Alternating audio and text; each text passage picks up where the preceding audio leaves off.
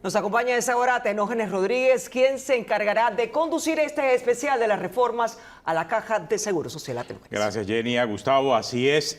Vamos a analizar por la siguiente hora y media todos los detalles relacionados con las reformas a la ley de la Caja de Seguro Social. Es una iniciativa de este noticiero que tiene principalmente el interés de orientar a la ciudadanía sobre este tema. Es un tema más que nada que busca darle a usted las principales herramientas para que esté informado acerca del tema de las reformas a la ley de la Caja de Seguro Social. Bueno, por nuestra parte ha sido todo. Ahora lo dejamos con Tenógenes Rodríguez. Así es.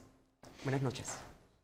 Y casualmente comenzamos a propósito de este programa especial. Tenemos una entrevista exclusiva con el presidente José Raúl Mulino. Hugo Enrique Famanía conversó con el mandatario sobre una diversidad de temas, desde la posibilidad que las reformas sean discutidas en sesiones extraordinarias u ordinarias, hasta si cuenta con los votos o no en la Asamblea para pasar su iniciativa. Aquí las respuestas del presidente.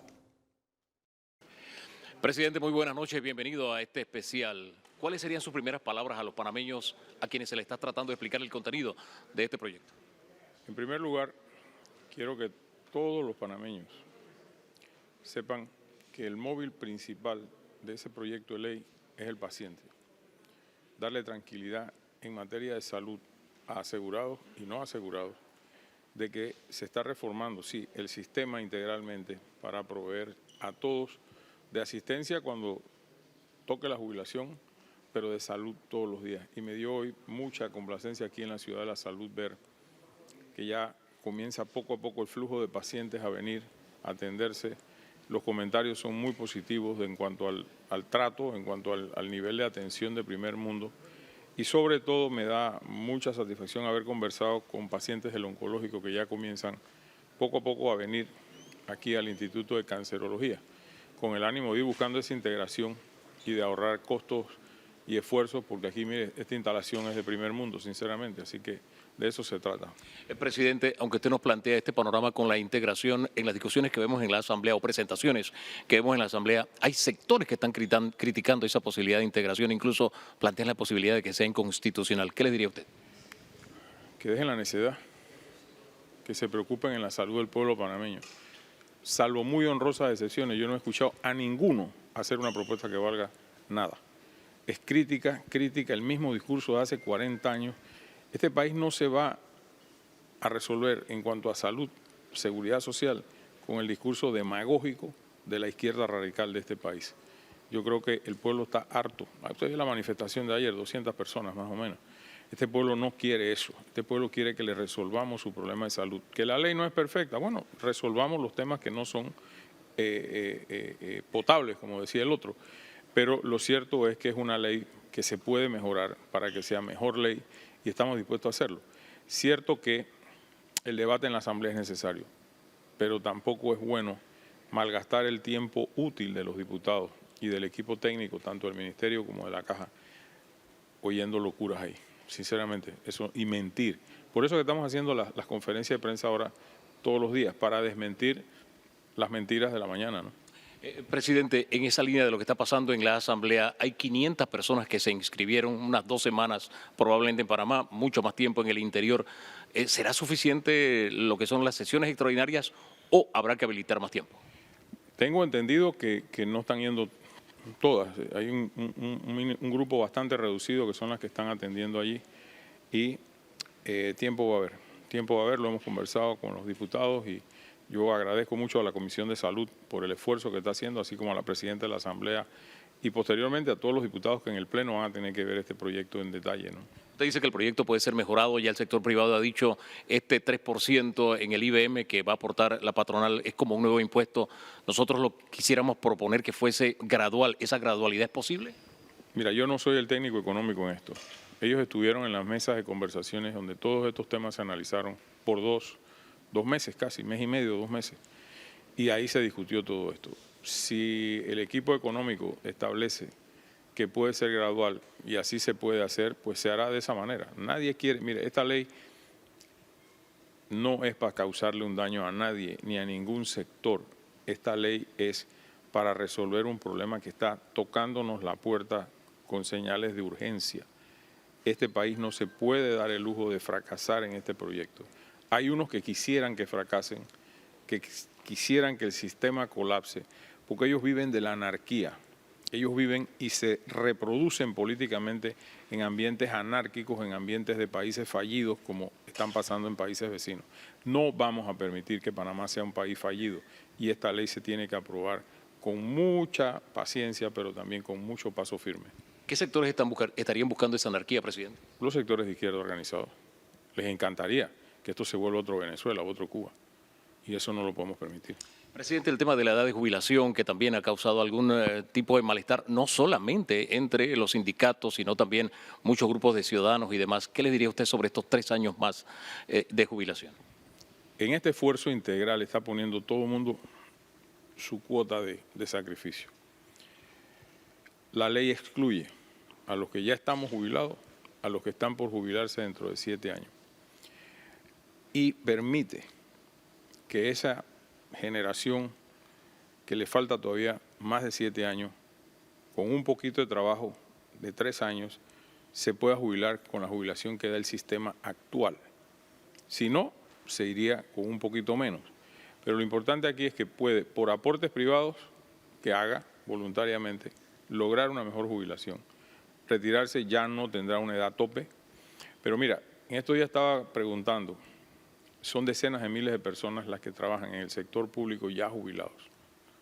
O sea, que la gente se jubila y puede seguir trabajando. La jubilación no significa que te incapacitas para trabajar. Y 3 años creo que es una cifra razonable en el tiempo respecto de la edad de los que van a llegar allá. Esto no está tocando a los que más edad tienen. Es la gente que está trabajando, cierto. Pero bueno, es el sacrificio que tienen que poner en función de que al sector laboral, trabajador, no se le tocó $1 de aumento de cuotas. Lo está cargando el gobierno con los 966 millones, más el 3% que paga el gobierno como empleador, más el sector privado. El sector obrero no está siendo tocado en materia de aumento. Esos más de 900 millones de aporte del Estado no están en el presupuesto. ¿De dónde van a salir, presidente? Se van a incluir en el presupuesto. No se habían podido incluir porque, bueno, todavía no es ley de la República. Tan pronto se apruebe eso, será modificado el presupuesto de la Nación para incluirlo como corresponde. El ministro Chapman ya ha dicho de dónde saldrá eso, los aportes de los excedentes del canal, de un cobro importante. Hoy salió el primer memorándum masivo a los morosos, lo cargo aquí en mi celular, diciéndole tienen que pagar. O sea, la Caja del Seguro Social tiene que hacer un esfuerzo por cobrar las deudas. ¿Cuánto es la deuda real y verdadera? Pues 200, 300 millones, yo no lo sé exactamente, pero se tiene que cobrar para que esa plata ingrese al fondo común. Igualmente, el cobro de los impuestos. Muchos sectores evadiendo impuestos, el ITBM es uno de ellos, que supera los 1.500 millones de dólares en evasión. Eso no se puede permitir. Aquí hay rubros que no pagan ITBMS. Yo no estoy con esto diciendo ni cerca de que va a haber una reforma fiscal, pero sí creo responsable decir que si no es por un lado va a tener que ser por otro, pero el Seguro Social se tiene que salvar. No existe en este momento ninguna posibilidad de una reforma fiscal al país, ni un aumento de ITBMS bajo ninguna circunstancia. Estamos haciendo un esfuerzo como gobierno para aportar esos 966 millones, más el 3% laboral, de cuota laboral, patronal, para los propósitos que correspondan. Como el resto del país, el gobierno también se está metiendo la mano duro en el bolsillo porque ese dinero cuesta levantarlo. Volviendo al tema de los morosos, o pagan entonces. Sin duda alguna. Y en ese aspecto el Seguro Social tiene en su ley la jurisdicción coactiva que tendrá que actuar. Tendrá que actuar en cuanto a los morosos, porque no puede ser, no solamente los morosos, Hugo, el que descuenta y se queda con la cuota comete un delito. Eso no puede pasar. Y ese empleador tiene que ser inmediatamente denunciado ante el Ministerio Público, porque eso es un delito, quedarse con la cuota del trabajador que le descuentan todos los meses. Volvamos a la Asamblea, presidente. ¿Cuenta con los votos, el apoyo político para pasar este proyecto? Es muy temprano para yo decir eso. Estamos apenas en comisión y hemos tenido un acercamiento importante con diputados de distintas bancadas y seguiremos. Esto no va a parar. Todo el equipo está trabajando con la Asamblea. La Asamblea no es que el Ejecutivo la dejó allá sola a su suerte, no. Este es un proyecto del Ejecutivo con la Asamblea, que es la que por Constitución tiene que aprobar la ley.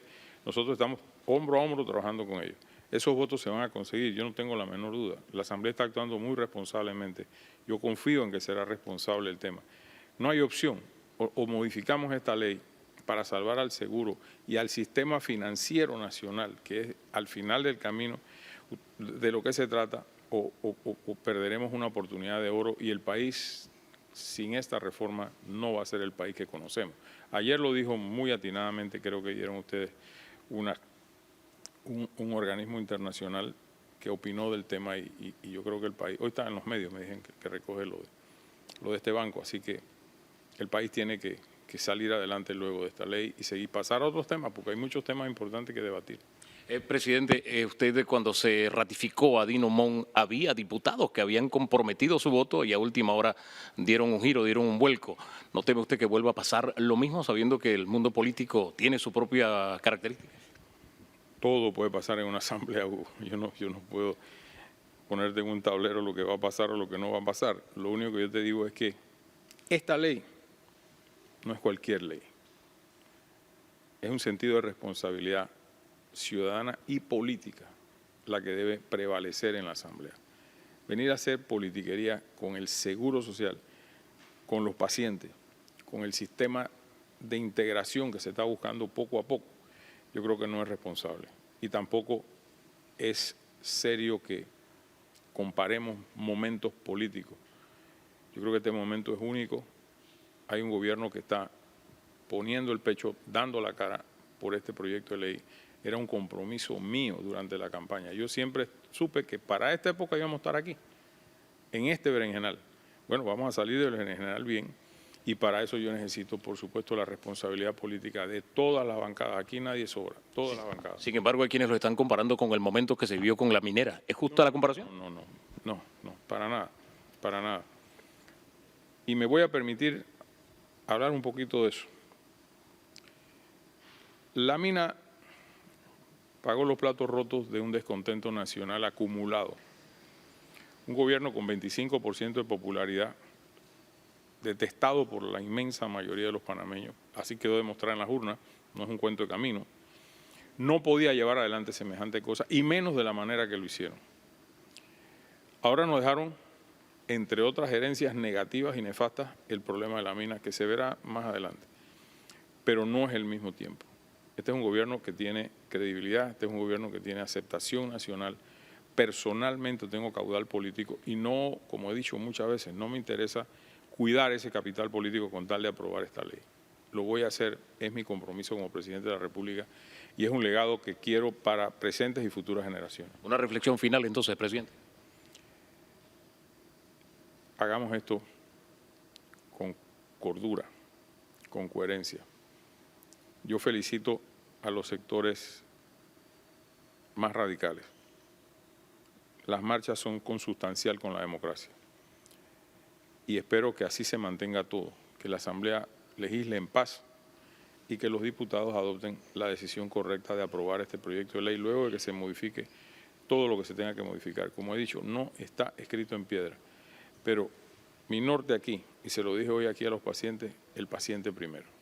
Eso es el norte de esta reforma. Presidente, muchísimas gracias por estas declaraciones exclusivas a Telemetro Reporta. Seguimos contigo, Atenógenes. Gracias, Hugo.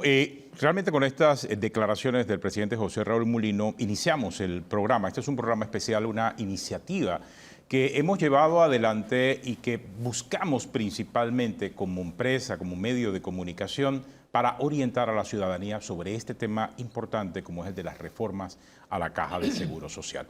Ya vimos la entrevista con el presidente José Raúl Mulino, es la introducción principalmente para nuestros invitados de esta noche, los tres funcionarios que llevan adelante la responsabilidad de liderar el proyecto, entre ellos el ministro de Salud, Fernando Boy Galindo, que nos acompaña, el ministro de Economía y Finanzas, Felipe Chatman, y el actual director de la Caja de Seguro Social, el señor Dino Mon. Con ellos tres vamos a conversar de 4 ámbitos principales para esta discusión. El primero, vamos a hablar acerca de la salud, Por ahí comenzamos. Después hablaremos de invalidez, vejez y muerte y lo que esta reforma establece específicamente para el tema de las pensiones.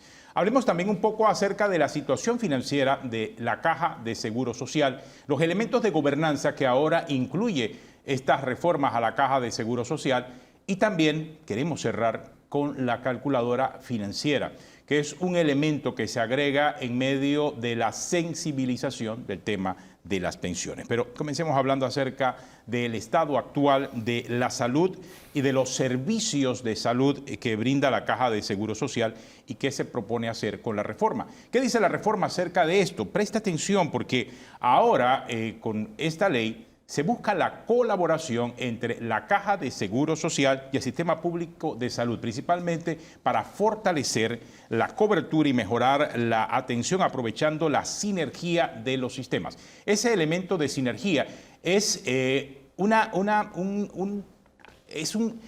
elemento importante que se agrega en todo el paquete de reformas tal cual se presenta ante la Asamblea.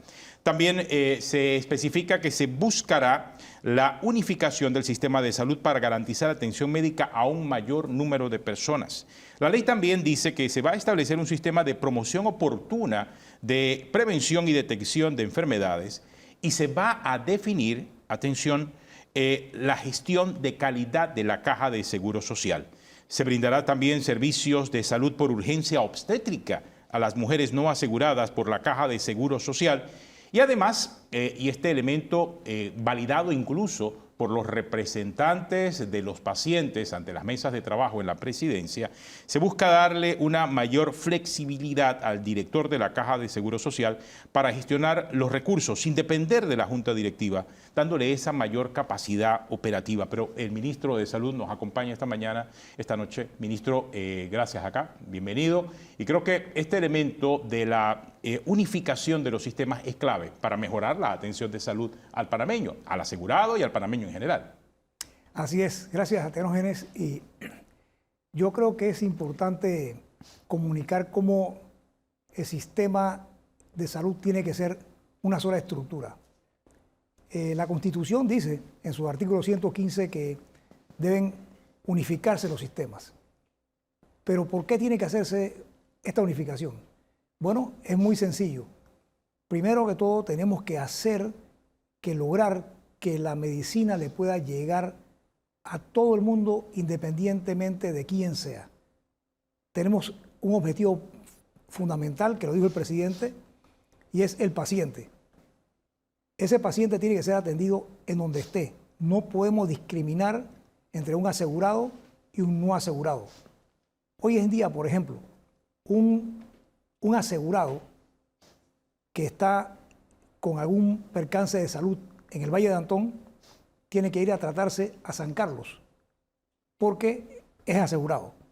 Y le preguntan si eres asegurado o no. Y si eres asegurado, entonces tienes que ir a San Carlos. Por el contrario, por ejemplo, en el hospital Joaquín Pablo Franco Zayas de Los Santos, una persona me decía a mí, esta señora, que ella no podía operarse la visión, tenía que hacerse unos tratamientos en los ojos, porque allí no había servicio de oftalmología. Pero hay una cerca que separa la policlínica de la Caja de Seguro Social con las instalaciones del hospital Franco Zayas. ¿Por qué no podía ir? Sencillamente porque ella, como no era asegurada, no podía ir a la policlínica donde tenían 2 oftalmólogos. Y entonces hay una discriminación muy grande. O sea, el no asegurado en este momento puede utilizar cualquier herramienta del sistema, porque la Caja del Seguro Social paga. En el caso del no asegurado es donde tenemos ahora mismo un gran problema. Es correcto. Pero además de eso, el tema es que no, ahora mismo ya digo que hay esa separación muy discriminativa y muy dirigida a no integrar las cosas por muchas razones. Lo que tenemos que lograr nosotros es que se integren las cosas. Primero, vamos a lograr un gran beneficio para el usuario, para la persona que está enferma, que pueda ser atendido donde quiera, lo más cerca de su casa. Segundo, vamos a ahorrar muchos recursos que vamos a poder utilizarlos de mejor forma. tenemos la capacidad de poder, por ejemplo, hoy en día entre MINSA y la Caja de Seguro Social tenemos un programa que fue donado pues, a través de las Naciones Unidas para poder establecer un mejor mecanismo de control de los medicamentos, que no falten los medicamentos en ninguna farmacia del país, del sistema de salud público. ¿Cómo eso va a lograr que tengamos un mejor control, que no se venzan los medicamentos, que no hagan falta en ninguna farmacia? Podemos identificar en qué farmacias están faltando los medicamentos, qué paciente se lleva un medicamento, por ejemplo, una insulina de una farmacia, y a lo mejor lo está retirando también de otra farmacia, que no se permita esa dualidad para que los medicamentos no sean malversados. Entonces, sobre ese tema de los medicamentos hay un elemento importante en el componente de salud de la reforma y esto me lo dijeron los propios dirigentes de los pacientes que estuvieron presentes en las mesas de trabajo. Y tiene que ver con algo que se le ha llamado los superpoderes al director de la Caja del Seguro Social. Hay un complemento importante, ministro y señor Mon, que nos acompaña. Porque la ley ahora establece que el director de la Caja de Seguro Social tendrá mayor flexibilidad para gestionar recursos sin depender de la directiva, dándole pues una mayor capacidad operativa, elevando el monto de las compras directas que puede hacer el director hasta 3 millones. Es más, los traslados de partida, según la reforma, autorizados por la Junta Directiva serán a partir de los 3 millones. ¿Cómo sería eso? Y este elemento sería clave para lo que plantea el ministro de la compra de medicamentos, director Mon. Bueno, yo creo que, buenas noches a todos. Lo primero que habría que explicar en este instante es que primero hay 2 artículos que hablan sobre los límites del director general. Uno, sobre las compras directas, que eran 250.000, son 250.000 en la ley que actualmente está vigente, pero esos 250.000 están a precios del 2005. Si usted calcula el valor presente, el costo de la vida en este momento, eso debería ser poco más de $500.000. Sin embargo, también tenemos que entender que ese límite no es para el director. Ese límite el director lo tiene que compartir con 72 unidades ejecutoras que compran todos los días y que de alguna manera tienen que resolver los problemas de emergencia que se presentan. Si no tienen límite y usted llega y necesitan cualquier tipo de medicamento o necesitan comprar una válvula de emergencia que cuesta $30.000, hoy día no hay límite y por eso efectivamente tenemos los problemas de atención. ¿Pero qué pasa ahora en este momento cuando se dan ese tipo de circunstancias? Bueno, ¿El director tiene que ir a la Junta Directiva? En ese momento se hospitaliza a la gente, como usted vio que llegamos en el gobierno a recibir lo que era la mora quirúrgica y tenías todo un piso del complejo totalmente lleno con gente de más de 200 días, 150 días, sin poderle hacer un reemplazo de válvula mitral, sin poder realmente hacerle un cateterismo cardíaco, porque no habían efectivamente la compra de los insumos en temas que son de suma emergencia. Entonces, obviamente, el director en este momento, y tal como lo dijo el presidente, nada está escrito en piedra, la ley es perfeccionable y efectivamente se puede buscar la mejor redacción posible con la idea de que para efectos de insumos y para efectos de medicamentos, este tema del tránsito a través de un proceso que efectivamente lo único que se está pidiendo es que elimine todos los escollos de burocracia porque son temas eminentemente administrativos y no estratégicos que de alguna manera recaen en la Junta Directiva. Así que en la medida en que podamos buscar esa relación de comodidad en términos de una redacción adecuada, no podemos renunciar al poderle resolver al paciente sus necesidades del día a día. En cuanto al límite de 3 millones que hablan, estamos hablando de un procedimiento excepcional. El procedimiento excepcional pasa por todo el control previo de Contraloría y por todo el control previo del Ejecutivo.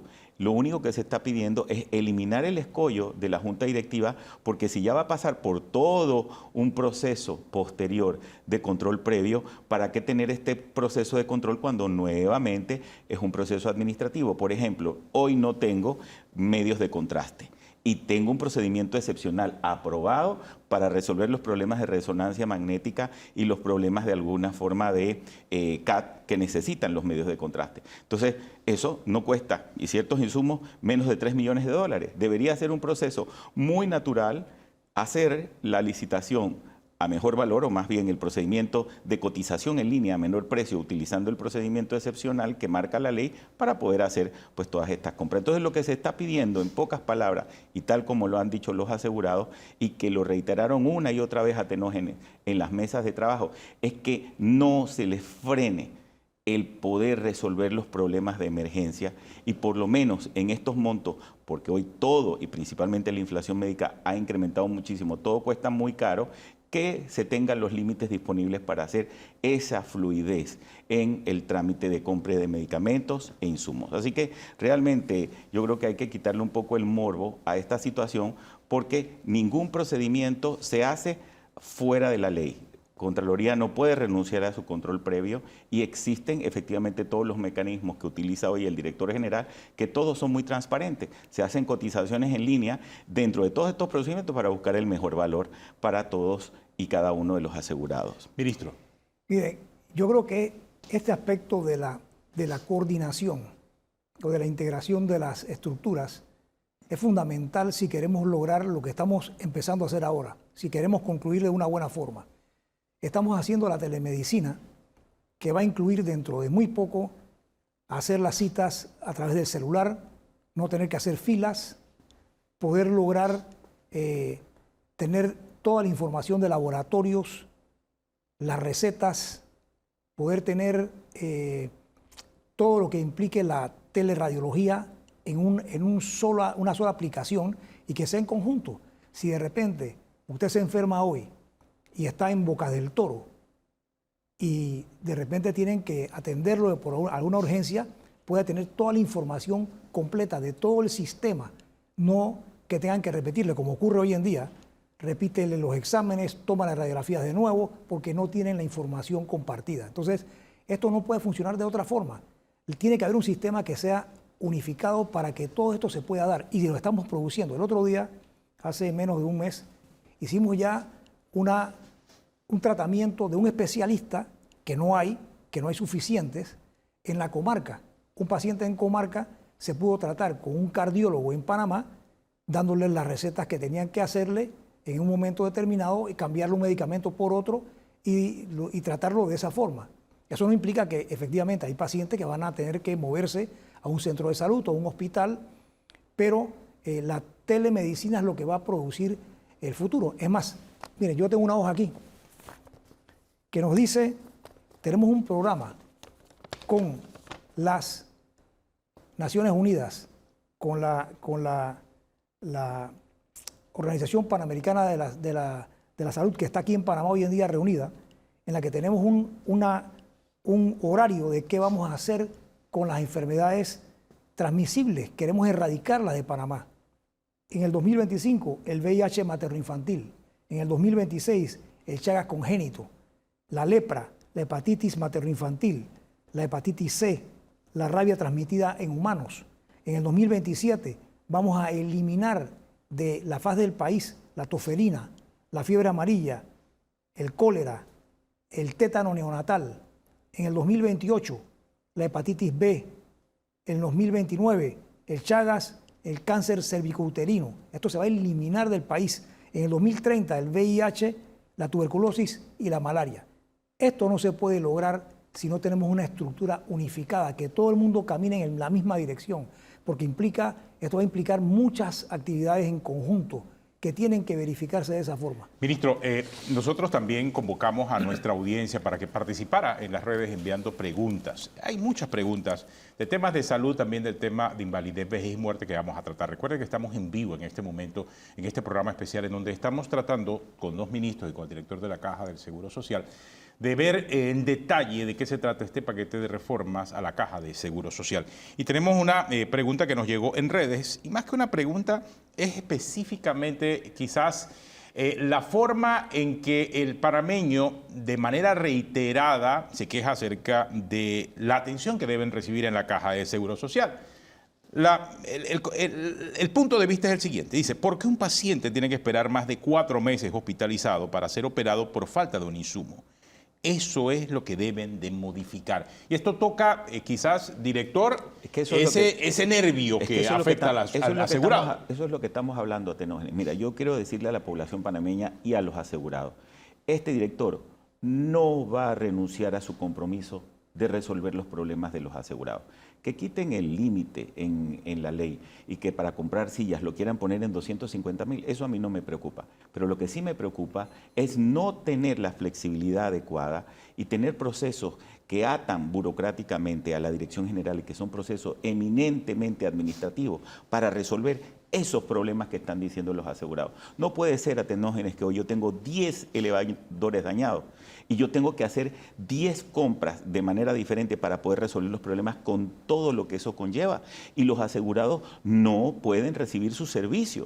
O sea, echa la ley, echa la trampa. Mientras más escollos querramos ponerle para evitar la corrupción, y entiendo que hoy puede ser Dinomón una persona honrada que efectivamente esté manejando las cosas bien y mañana ser otra persona. Yo sé que esto no tiene que ver con una figura, pero lo que no podemos renunciar es a, junto con la Asamblea, de verdad buscar los mecanismos que permitan resolver este tipo de problemas y que no hagan que un paciente esté 4 meses hospitalizado porque no se tiene un insumo, una prótesis o lo que sea.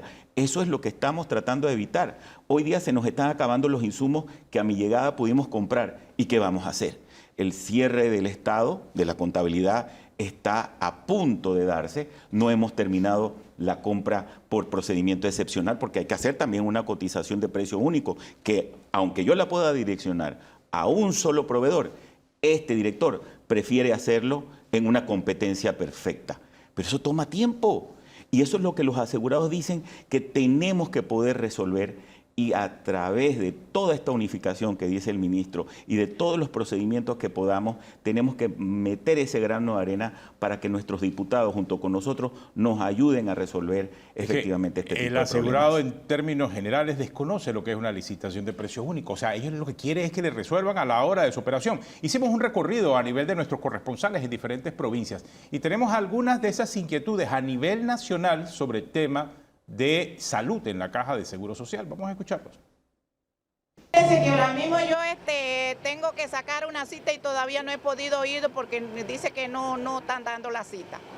Así que por lo menos me parece que no está bien, porque si uno va a sacar una cita me parece que tienen que dar la cita pronto, porque uno se siente enfermo.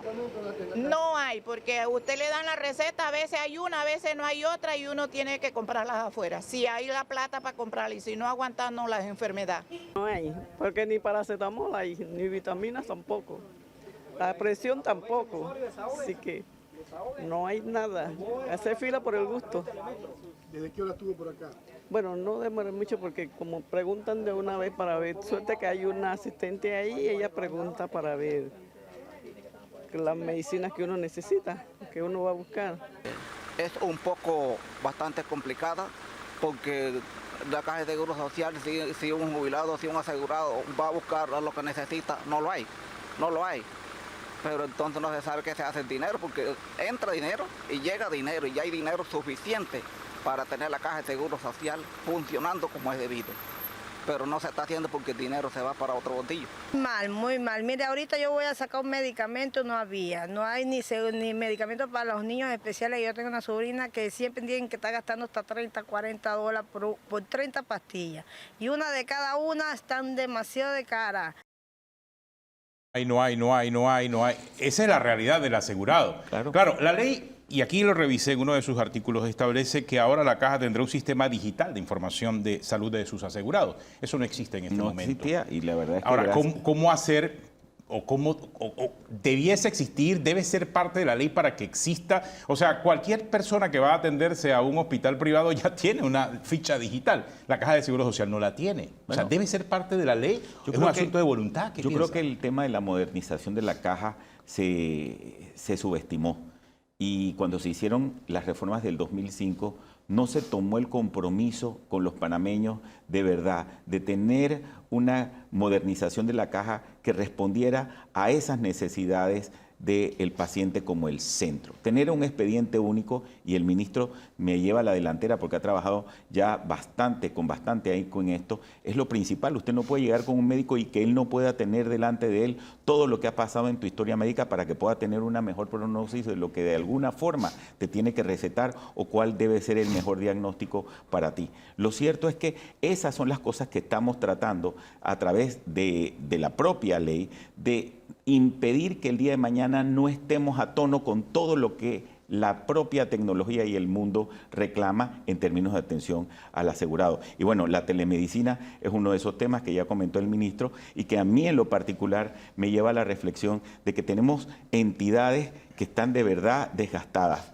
facilidades e infraestructuras que tienen que ser reparadas. ¿Y cómo las reparamos? Si la gente necesita seguir atendiéndose. Tenemos que sacarla de las infraestructuras para repararla, pero la única manera de sacarla y de ir cerrando áreas es con la telemedicina, atendiéndolos en casa, cerrando áreas y poder de manera satelital atender a una parte de la población para ir recuperando todo esto. Es que la tecnología Atenógenes es parte de ese proceso en donde el asegurado incluso debe de ver ese futuro promisorio de prevención, de verdad de atención primaria, que tampoco estaba consignado en nuestra ley y que tiene que ser efectivamente esa punta de lanza para que la medicina sea más barata a futuro. No puede ser que nosotros estemos haciendo medicina curativa, que es ahí donde fallamos. Tenemos que hacer medicina preventiva todos los días y darle al asegurado hoy la responsabilidad de su salud para que tenga una jubilación y un retiro digno con salud, con un nivel de independencia de verdad que es el que haya soñado. Mira que esto es tan importante que toda la estructura de atención va a mejorar muchísimo en la calidad de atención. ¿Por qué? Porque hoy en día, por ejemplo, un paciente que está, por ejemplo, en Panamá Oeste, muchas veces no lo atienden adecuadamente, primero porque no hay los insumos suficientes o no hay las medicinas suficientes o porque no hay la atención adecuada. Entonces el paciente tiene que emigrar hasta el Hospital Santo Tomás. ¿Qué ocurre en el Santo Tomás? Entonces hay un hacinamiento de personas, igual que pasa con el complejo, que ya lo han ido mejorando con un mes que tiene el director Mon de estar ahí, pero si esta estructura no se mejora en la parte de atención, en la nueva tecnología, entonces el personal se siente sobrecargado, se siente malhumorado, no atienden bien. Yo creo que esto, una parte de esa movilización y de esa nueva tecnología, de esa movida hacia el futuro, nos va a lograr que esto mejore tremendamente. Yo creo que inclusive, y no es que creo, es que es así, cuando nosotros logremos que todo esto esté funcionando a nivel nacional, muchas personas van a ser atendidas en sus residencias, no van a tener que moverse otra vez distancias grandes. Hoy en día, por ejemplo, ¿qué estamos haciendo? Hoy fuimos esta mañana con el presidente de la República a la Ciudad de la Salud. Y ahí vimos una imagen muy preciosa de la integración entre ambos sistemas. Está el cancerológico y está el ION. Y están integrándose ambas estructuras. Todavía no se han puesto a funcionar los 4 aceleradores lineales, que son los que dan la radiación al paciente, pero no se ha hecho porque eso tiene una metodología muy sensible de lo que hay que hacer para tener los permisos para poder que eso empiece a operar. Pero va a empezar a operar dentro de poco, a finales de enero. Pero eso implica el poder haber coordinado entre ambas estructuras. No puede ser que alguien esté tratándose por allá de la Caja de Seguro Social y el MINSA por el otro lado. E inclusive pacientes que hoy en día, como lo ha dicho el presidente, y de hecho va a ocurrir así, los pacientes van a poder tratarse en los diversos lugares. Vamos a poner... ¿Sea asegurado o no? Sea asegurado o no. Con la parte de la quimioterapia, por ejemplo, hay un centro estamos empezando a estructurarlo, a ponerlo a funcionar en el Nicolás Solano.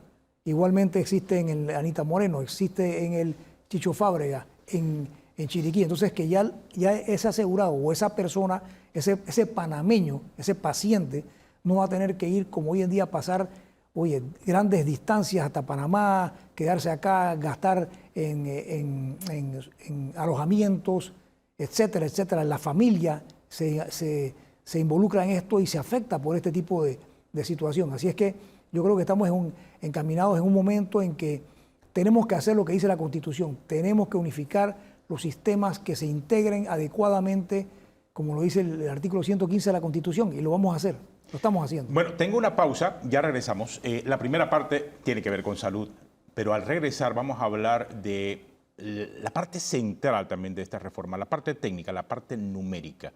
Hablaremos del programa de invalidez, vejez y muerte y lo que se propone para esta nueva etapa en este proyecto de reformas y que tiene que ver específicamente con las pensiones. Ya regresamos, esto es un especial de Telemetro Reporta en vivo sobre el tema de la ley de reformas a la Caja de Seguro Social. Regresamos en breve.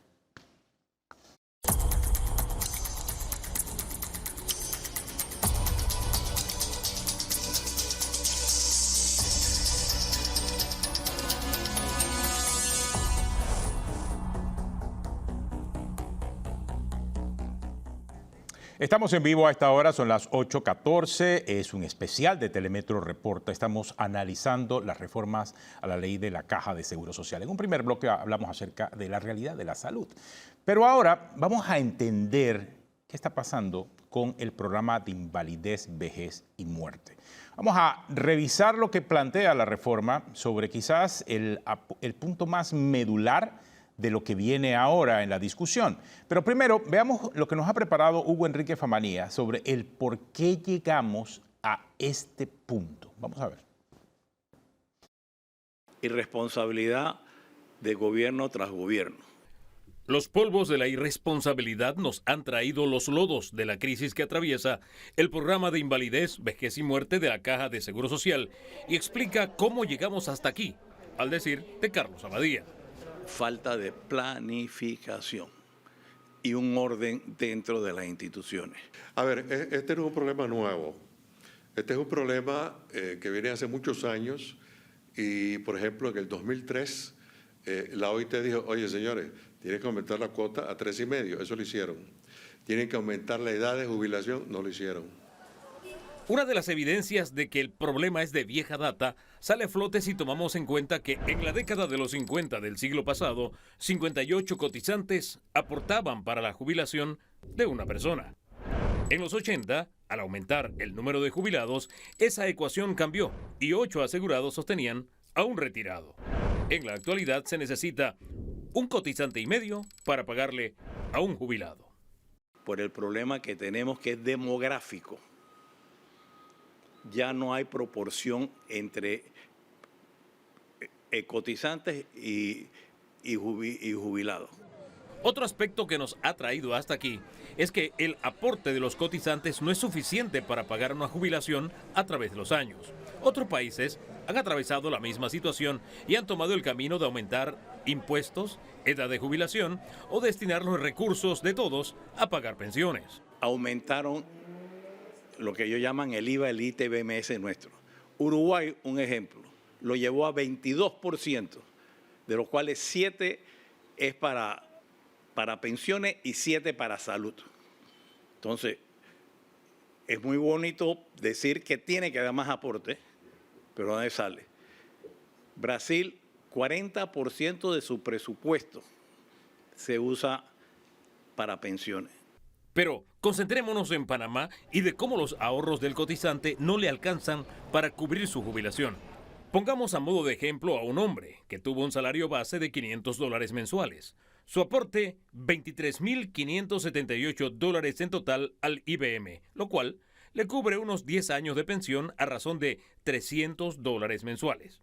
Pero resulta que vive 21 años más después de jubilarse. Eso implica que la caja le pagaría $51,840 en total. En otras palabras, le subsidia $28,282 a modo de pensión. ¿Por qué razón? Porque es insostenible el sistema de beneficio definido. Y entonces uno no puede financiar en la expectativa de vida que va aumentando toda esa expectativa, porque el programa no está diseñado para generar fondos para toda la expectativa de vida. ¿Cómo llegamos hasta aquí? Otro aspecto del problema es la evasión de la cuota obrero patronal, que al sol de hoy asciende a $320 millones. Todo aquel que debe tiene que pagar. O sea, es una responsabilidad y ya. Aquel que evade o se queda con las cuotas es un delito. Y ese delito también debe definitivamente enfrentarse y hacer que se cumplan las penas cuando hay ese delito. Ahora bien, si hoy se pagan los 320 millones adeudados a la caja, ¿se solucionaría el problema? Eso no va a hacer diferencia. ¿Hay que cumplir? Sí, pero definitivamente no es decir, cobro esto y ya me sale, no. Y eso es por una sola vez. Tú te pones al día una sola vez y no es que vas a recuperar 300 millones todos los años. Ese pago es apenas una gota de agua para un problema que tiene dimensiones de océano. Otra de las causas que nos trajo hasta aquí es que las modificaciones a la ley de la caja en 2005, durante la administración Torrijos, tomaba las previsiones para evitar la debacle financiera. Sin embargo, los gobiernos Martinelli, Varela y Cortizo esquivaron la responsabilidad que le ordenaba la ley. Vino la ley y la ley cerró el sistema exclusivamente de beneficio definido y creó sistemas de alarma para ajustar definitivamente para que no llegáramos al punto que estamos hoy. Ningún gobierno las cumplió. ¿Cuáles son esas alarmas? Es el mínimo de reserva de 2.25, no se cumplió. Otro de los factores que nos ha traído hasta aquí es el raquítico rendimiento de las inversiones e intereses que pagan a los fondos depositados por la Caja de Seguro Social. Es una vergüenza. Nosotros desde que iniciamos en Panamá la Caja de Seguro Social, hasta el día de hoy, sus rendimientos son del 2.1%. Otros países, Perú 7%, Chile cerca del 7%, Uruguay también está cerca del 7%, Colombia como 5,5%, cosas como esta, ¿no? Panamá 2.1%. Si vemos los 10 últimos años, Panamá 3.9%. El vecino Costa Rica 7.2%. República Dominicana, 7.2, vergüenza. Todos estos factores sumados han abierto un hueco financiero actuarial de 76.000 millones de dólares. 76.000 millones de dólares. Cuando hayan escuchado el tema del déficit actuarial, es el dinero que debía estar en reserva para cubrir hasta el último pensionado. Ese hueco financiero también tiene otras causas, el ingrediente político partidista y político gremial. Así hemos llegado hasta aquí, con una institución que ha perdido la brújula y un hueco financiero actuarial de 76.000 millones de dólares. La administración Mulino ha propuesto una serie de medidas para enfrentar la crisis y hoy ensayaremos una aproximación a conocerla mejor en este programa especial. Ya vimos por qué llegamos a este punto. Ahora, ¿qué se va a hacer? Porque vamos a verlo en función de la ley que se está presentando en la Asamblea. En este momento, el ministro de Economía y Finanzas, Felipe Chapman, nos acompaña. ¿Qué establece y cuáles son esas variables importantes? Es un tema técnico. Se habla de tantos miles de millones que cualquiera se pierde en esas cantidades, pero hay 4 propuestas puntuales para financiar ese déficit de 76.000 millones que habló Hugo Enrique Famanía. Aquí se plantea un aumento de 3% en la cuota obrero-patronal, es decir, que los patronos van a pagar más.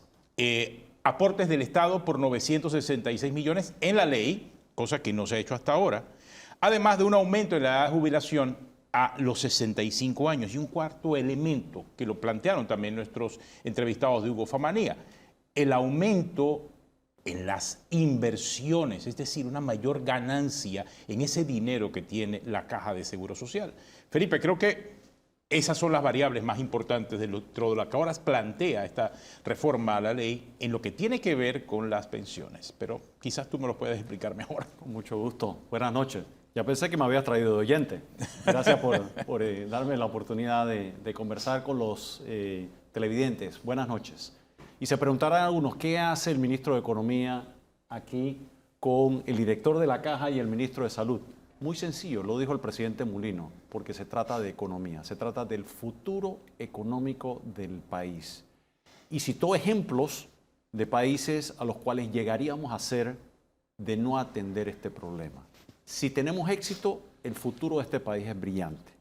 Si fracasamos, todo lo contrario. En el mejor de los casos se estanca, con el riesgo de que llevemos a un retroceso de forma tal que la siguiente generación tenga una calidad de vida inferior a la nuestra y su siguiente generación inclusive peor, que probablemente va a provocar migración, como ocurre en países como Venezuela, por mencionar algo. Y lo dijo yo creo con meridiana claridad el presidente de la República. Esto es una reforma que está centrada en la gente.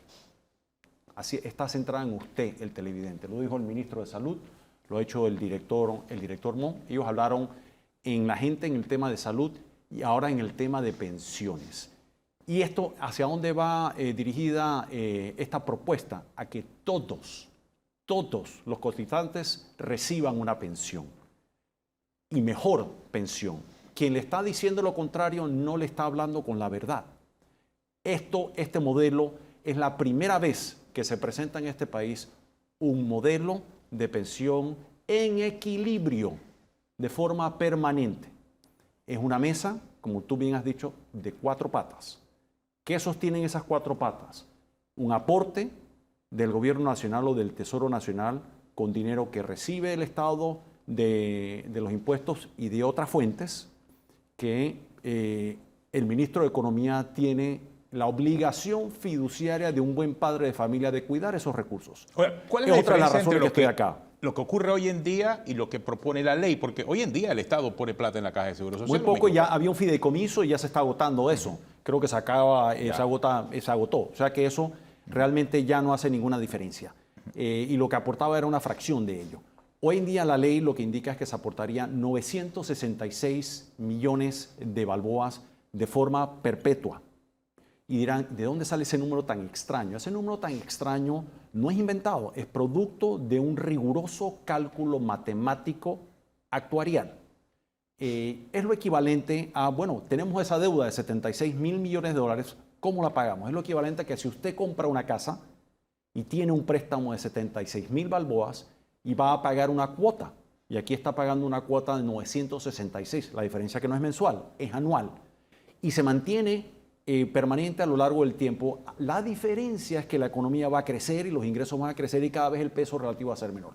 Las otras 3 patas que mencionas en orden de importancia. Disculpe, nada más para orientar a la ciudadanía, porque es que se escuchan tantas cosas en la Comisión de Salud. Ese cálculo matemático son las corridas financieras que están pidiendo los diputados, que ya se entregaron, tengo entendido, ¿no? Sí, señor, ya se entregaron. Están disponibles para la Comisión de Salud y para la Asamblea, y es más, tengo entendido que el director va a hacer un seminario el próximo sábado donde les va a explicar y va a tomar todas sus preguntas. Ese cálculo matemático fue el que arrojó esos 966, porque muchos dicen, ¿por qué 966 y no 1.000 millones o 2.000 millones? O sea, esos 966 tienen ese origen. Bueno, viene de dos elementos. Uno, ¿cuánto puede aportar el Estado panameño en equilibrio, financiarlo y mantener en orden las finanzas públicas? Y para ello está la mesa de las 4 patas. ¿Qué tamaño tienen que ser las otras 3 patas para llegar hasta ese monto máximo que puede aportar el gobierno nacional a través del Tesoro? De ahí salen los 966 y se construyen las otras 3 patas, que da entonces como resultado que se propone aumentar en 3 puntos porcentuales lo que pagan los empleadores privados mayoritariamente y públicos, que es un incremento de 70% de la cuota de 4.25 a 7.25. Ese es el segundo aporte importante. De ahí viene el aumento en las inversiones, que como bien se dijo a los entrevistados, tiene hoy en día un rendimiento inexcusablemente bajo, y tenemos referentes o ejemplos que es, por ejemplo, el SIACAP, el Sistema de Ahorro de Funcionarios Públicos, que tiene un rendimiento que duplica eso. O sea que no estamos inventando, ya hay ejemplos claros, administrados por el Estado en una empresa que no necesita privatizarse, y quienes me han escuchado antes a lo largo de mi vida, yo he estado opuesto a la privatización de la Caja de Seguro Social, y tengan la seguridad que este ministro va a defender ese derecho usted el asegurado. Mientras este está aquí, no va a ser privatizada la Caja de Seguro Social. O sea, el SIACAP... Y quienes dicen lo contrario, no le están diciendo la verdad. El SIACAP, que sí es conocido por muchas personas, muchos que son funcionarios y servidores públicos, es el ejemplo en referencia a un manejo eficiente de inversión pública. También está otro que tienen los maestros, que es el PRA, que tiene rendimientos muy superiores a la Caja de Seguro Social. O sea que estamos hablando de 2 fondos del Estado que no son privados, que tienen mejores rendimientos que la Caja de Seguro Social. Ese pudiese ser un ejemplo a seguir en medio de lo que ahora está proponiéndose con la ley. Así, entonces vamos a la otra pata, que es aumentar la edad de jubilación en igual proporción a hombres y mujeres, las mujeres a 60 años, los hombres a 65, después de 7 años. Es decir, hay un periodo de gracia de 7 años. Esas son las 4 patas. Ahora bien, si quitamos una de las patas o la recortamos, la mesa queda chueca. Entonces, ¿cómo equilibramos la mesa si cortamos una pata y sin pretender tocar la otra pata? Y el doctor lo ha explicado muy bien en otras ocasiones con el ejemplo sencillo de la camisa, de la mueve de un lado y se encoge del otro lado. Es decir, ahí está la esencia matemática. Esto no es un capricho, aquí hay una rigurosidad científica que cuando le dicen lo contrario, no le están hablando con la verdad.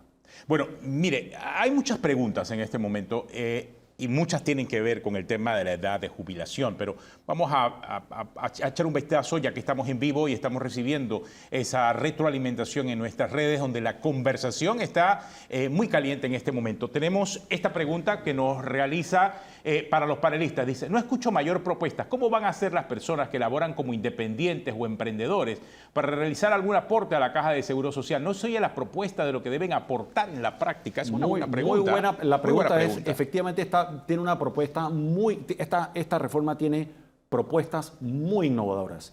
Y una de esas es hacer atractivo a que los independientes coticen. Yo creo que el director puede explicar eso mejor que yo, que lo hace, realmente es un cambio de 180 grados. Sí, la ley actual lo que establece es que un independiente tiene de manera obligatoria que cotizar a los 2 programas, al programa de pensiones y al programa de salud, haciéndolo realmente oneroso por una simple y sencilla razón, porque él tiene que cotizar sobre un salario, un ingreso mínimo de $800 al mes.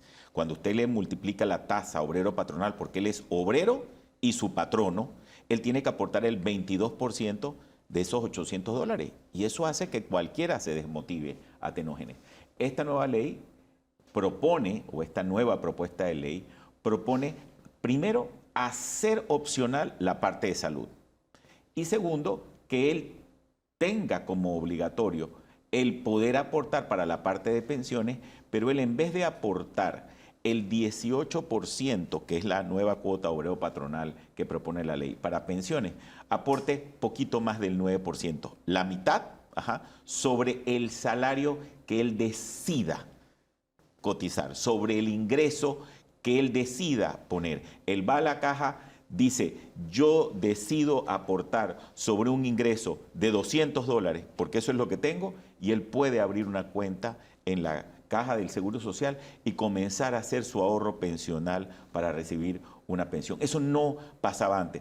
Hoy un billetero, hoy un bonero, un taxista o cualquiera, una vez que decida afiliarse como si fuera una aseguradora, va, llena su solicitud, dice, este es el ingreso sobre el que yo quiero aportar, y él aporta un poco más del 9%, es el 52%. Solo para una distinción, porque, bueno, quizás la persona es un trabajador independiente, pero la ley cita trabajadores independientes y trabajadores por cuenta ajena. Hay que establecer las diferencias. Sí, el trabajador por cuenta ajena es el asalariado, el que contrata una empresa, ¿estamos de acuerdo? El trabajo independiente es el que no está afiliado a un proceso de trabajo para un tercero. ¿Okay? Entonces sí es importante. Están los asalariados que tienen un empleador y están los que no tienen empleador, que es lo que la nueva propuesta de ley tipifica como el independiente. Claro. Ese independiente puede cotizar a la Caja del Seguro Social sobre el monto de ingreso que él desee cotizar. Eso es importante, eso le da una flexibilidad a Tenógenes enorme, porque si tú quieres ahorrar sobre $10 al mes, lo puedes hacer. Antes no se te permitía eso y además tenías que hacerlo para salud. Y el que no tiene para, obviamente, hacer la cuota obrero patronal de salud, pues tiene el Ministerio de Salud como la alternativa para resolver el problema de enfermedad que desee. ¿Me explico? Otro elemento muy innovador es que la pensión se va a ir ajustando al costo de la vida. ¿Por qué? Porque es justo. Porque todos sabemos que si hoy en día un balboa o 100 balboas no compra lo mismo que compraba hace 10 años. Así que es solo justo que eso se vaya moviendo con el costo de la vida. Esos reclamos que vemos en la calle de un jubilado que quiere una bonificación o un ajuste porque no le alcanza, porque ha aumentado el costo de la vida, es legítimo.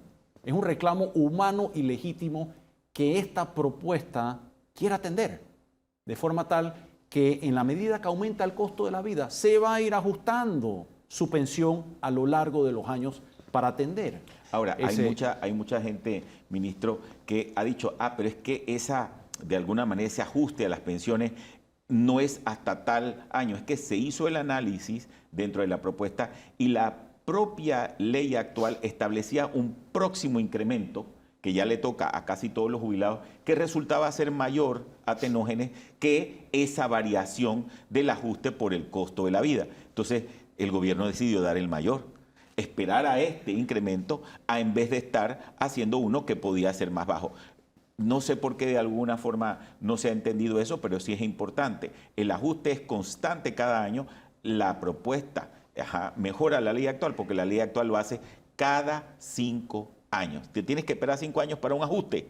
Esta te lo hace cada año. Recibes un poquito, pero lo que vas a recibir en 5 años es más de lo que estabas recibiendo en la ley actual. Sigue la conversación en nuestras redes. Tenemos otra pregunta que nos han enviado nuestros televidentes que siguen de cerca el programa. Y aquí está la pregunta. Dice, ¿por qué eliminar los 10 mejores años? Nadie dice cuándo subirán la cantidad de cuotas si aumentan la de jubilación. ¿Cómo le van a cobrar a todos los que le deben a la Caja de Seguro Social? Aquí hay 3 preguntas en una, ¿no? Ahí son 2 preguntas. Sí. Realmente, hombre, lo primero que el panameño tiene que entender es que el sistema cambió.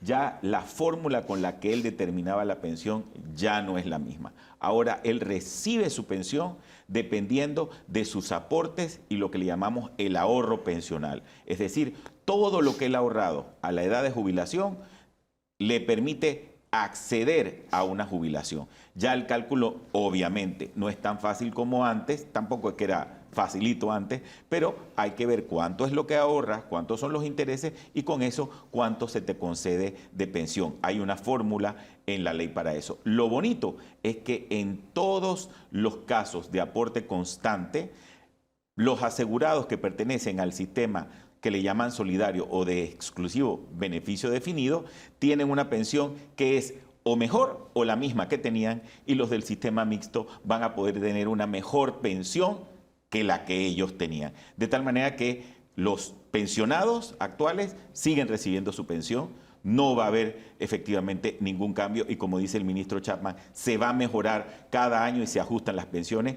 Los que pertenecen al sistema exclusivo de beneficio definido, que le faltan 7 años o menos para jubilarse, no le cambia nada, siguen con el mismo sistema, al igual que los del mixto, y los que están más allá de 7 años para jubilarse, que le falta mucho más de eso, pues tienen un sistema que depende de su ahorro pensional, y esa fórmula le da una pensión mejorada a la que tenía. Él dice algo interesante, allí él menciona, fíjese que todos esos que están en el sistema de beneficio definido van a recibir su pensión.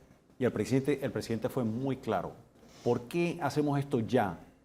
Porque es tan inminente que si no lo hacemos el próximo año, esos pensionados que menciona, los que hoy en día ya están pensionados, no recibirían la totalidad de su pensión. Por eso la urgencia de hacer esto ahora, para asegurarnos de que todos, incluyendo los que ya están jubilados, reciban el 100% de su jubilación. Caso contrario, si no lo hacemos, año tras año van a ir recibiendo menos de su pensión. Y lo que le están diciendo lo contrario no es cierto. Y es importante, Atenógenes, no hacer nada no es una opción. En las mesas de trabajo, todos los sectores y todos los gremios que participaron en esas reuniones reconocieron y vieron que efectivamente, de acuerdo a los informes financieros, que son los que hay, no hay otros, no existe la cantidad de flujo de caja necesario para pasar el año 2025 sin realmente hacer ajuste. Y lo peor del caso es que si no hacemos nada, no nada más hacemos un recorte en el 2025 de las pensiones de los que actualmente están jubilados, sino también ese recorte va incrementándose, de tal manera que en el 2029 reciben poco menos de la mitad de lo que reciben hoy. Desaparece el subprograma mixto, por un lado. También se propone la creación de estados de cuenta individual. Esto es lo que dice la ley. Así es.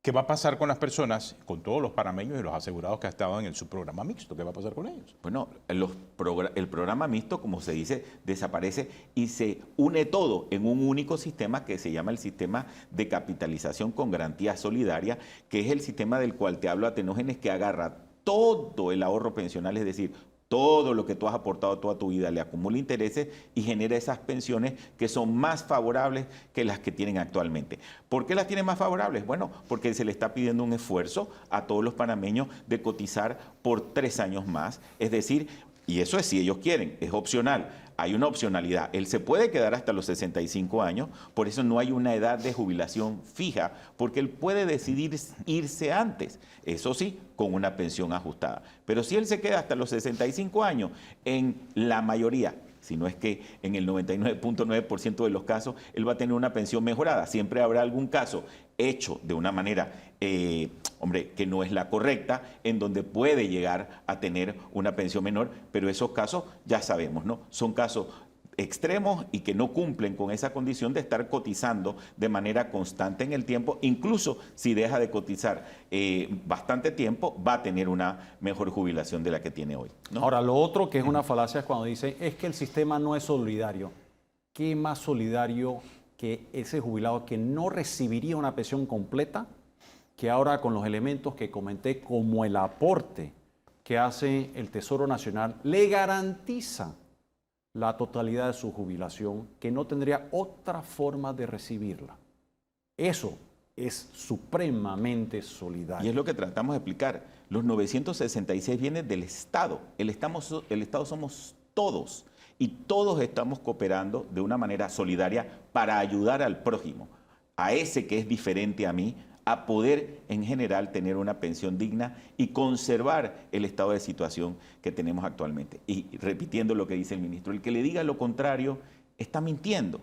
Y lo importante es mantenerse pendiente de toda esta discusión para realmente saber al final cómo va a quedar y puedan garantizarse, incluso en este espacio en donde vamos a utilizar la calculadora al final, que efectivamente tienen un mejor sistema que el que tenían actualmente. Mira, tengo algunas preguntas de nuestros corresponsales en el interior sobre este tema de las pensiones de invalidez, vejez y muerte. Vamos a escuchar lo que dicen en distintas partes del país. El aumento de las cuotas, por lo menos yo me falta poco para terminar mis cuotas y imagínense cuánto más tengo que esperar para jubilarme. Y ya no ando bien de salud, ahora mismo ando con bastante la presión alta y ando atendiéndome por acá, sacando medicamentos, y de los 4 medicamentos que vine a buscar, nada más hay 2. 65 a 120, que ahora está planteando 144, cómo eso llega y quién lo va a costear económicamente. El otro tema, aquí en lo propio, en los bananeros, hay una ley especial de los bananeros, que ya está en práctica en marcha, las mujeres 54 y los hombres 58. Aparentemente lo que se escucha, por eso decía el compañero hace pocos minutos, la desinformación muchas veces o la información no llega. Si hablamos de la jubilación, yo soy jubilado. Pero hablar de jubilado, habla de pobreza. Lo que gana un jubilado aquí en la provincia de Boca del Toro. Entonces, sumado a esto, que quieren que nosotros hagamos el sacrificio, nosotros nos veremos obligados de ir a la calle. ¿Por qué razón? Porque se trata no de los jubilados ya que somos nosotros los jubilados, se trata de nuestros hijos. Creo que hay observaciones y preguntas también interesantes. Fíjese que el último comentario es todo lo contrario. Esta ley, esta propuesta es para asegurarse que los hijos de ese señor y sus nietos tengan no solamente una pensión garantizada, sino una mejor pensión.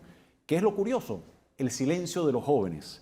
Porque esto está pensando no en los próximos 5 años, está pensando en la próxima generación.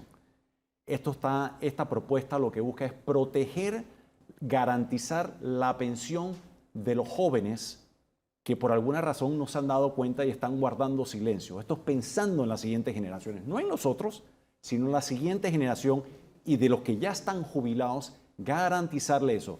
Comentó otra cosa de los 120 a los 65.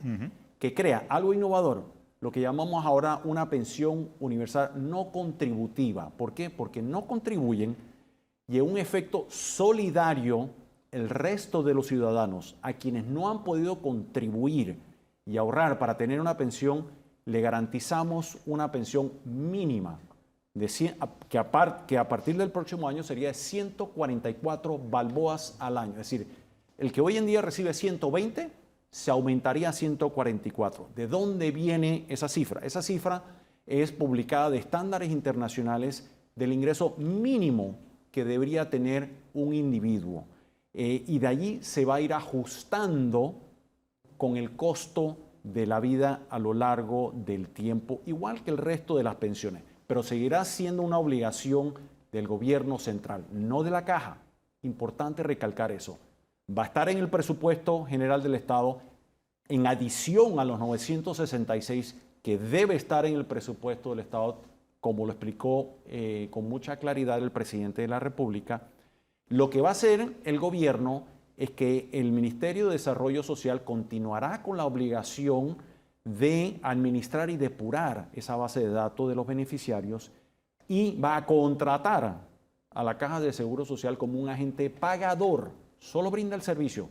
Pudiese, por ejemplo, contratar al Banco Nacional, por decir algo, pero aquí tomaría la decisión de contratar a la Caja de Seguro Social porque el costo de entregar ese pago es sustancialmente más barato por economías de escala con una infraestructura que ya tiene a que lo haga el MIDES. Entonces, nuevamente vamos al tema del Estado. Lo que estamos buscando son ahorro para los ciudadanos que permita, que tiene una infraestructura además más amplia, de forma tal que pueda entregar la información de una forma menos costosa a los que realmente lo necesitan. La ley también habla de indexación. Sí. Y es un término que comienza ya a mencionarse en la Comisión de Salud. ¿Eso qué significa? Significa ajustarse al costo de la vida.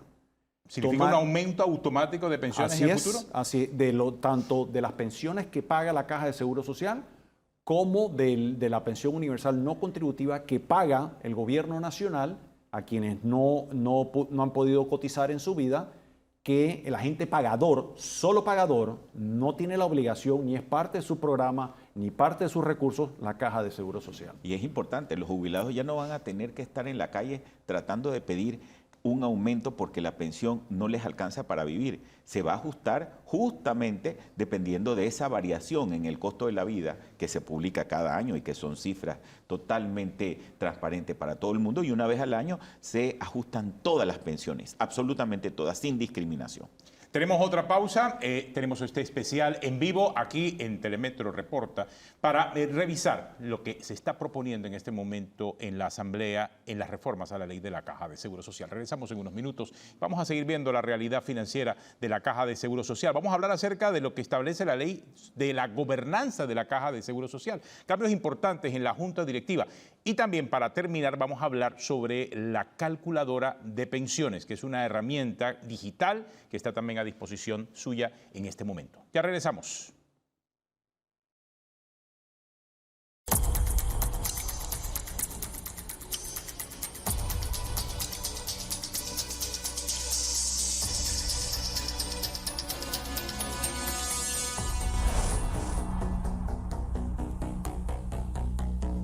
Continuamos, estamos analizando los detalles acerca de las reformas a la Caja de Seguro Social en este especial de Telemetro Reporta. Estamos viendo la ley, estamos viendo lo que se ha presentado a la Comisión de Salud en la Asamblea y estamos con los protagonistas de la historia, el ministro de Salud, el ministro de Economía y Finanzas y el director de la Caja de Seguro Social. Hablábamos acerca de la situación del programa de invalidez, vejez y muerte, pero hay que entender también la realidad financiera de la Caja de Seguro Social. Aquí se habla específicamente de la palabra déficit. Y muchas personas dicen, pero ustedes hablan de déficit, pero es que la Caja de Seguro Social no está en quiebra. Sí es cierto que no está en quiebra, pero sí hay déficit y déficit evidentes. Hay déficit, por ejemplo, en invalidez, vejez y muerte, ya lo vimos. Hay déficit en enfermedad y maternidad. Hay déficit en riesgos profesionales. ¿Y qué ocurre? Estos déficits se presentan en medio de una crisis directa con el programa que tiene que ver con las pensiones. Felipe, entonces vemos que todo está relacionado y concatenado, es decir, una variable conecta a la otra y a la vez también todas lo que buscan al final es tratar de sustentar el sistema y beneficiar tanto la capacidad del Estado de brindar salud a los asegurados y a los no asegurados y también de brindar un porvenir con las pensiones de jubilaciones. Mira, primero, la Caja de Seguro Social como un ente, como un todo, no está quebrado. Eso es falso, nadie ha dicho eso. Lo que técnicamente está quebrado es el programa de pensiones, que no tiene suficientes recursos para pagar las pensiones. Y utilizaste la palabra técnica también. Sí. Es más, muchos me han dicho que existe plata en el sistema hasta como el 2029. En el mixto. Sí. En el mixto. O sea, que pudiese llevarse hasta el 2029. El programa mixto tiene ahorros todavía porque no se ha jubilado nadie. Lo que hay es por pensiones, creo que por invalidez. Por invalidez, pero no por vejez. El otro programa de beneficio definido ya se quedó sin plata. Ya no tiene plata. Ya no tiene plata. Ese sí está quebrado. Está quebrado, totalmente. Y está quebrado hoy. Pero el otro, el mixto, de la forma como ha sido creado y no ajustado, va a ahorrar pensiones que son insuficientes si no hacemos estos cambios. Y la propuesta es hacer cambios no solamente para pagarle y garantizarle pensiones a los que ya están jubilados y los que están por jubilarse del programa que se quedó sin dinero con un apoyo solidario, sino que la propuesta propone que ese programa mixto elevar las pensiones para que todos los que están en ese programa mixto reciban mejores pensiones que lo que le otorga la actual ley. Decir lo contrario, no le están hablando con la verdad. Yo creo que es importante que la ciudadanía sepa eso. Y muchas de las propuestas o las críticas que se han recibido, yo no he escuchado una que realmente tenga una viabilidad financiera para sustentar los argumentos que están presentando. Eso es importante que los ciudadanos lo sepan.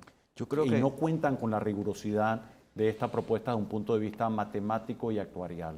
Yo creo que es importante decir que, bueno, hay que celebrar indudablemente la participación que a todos los gremios estuvimos observando en las mesas de trabajo.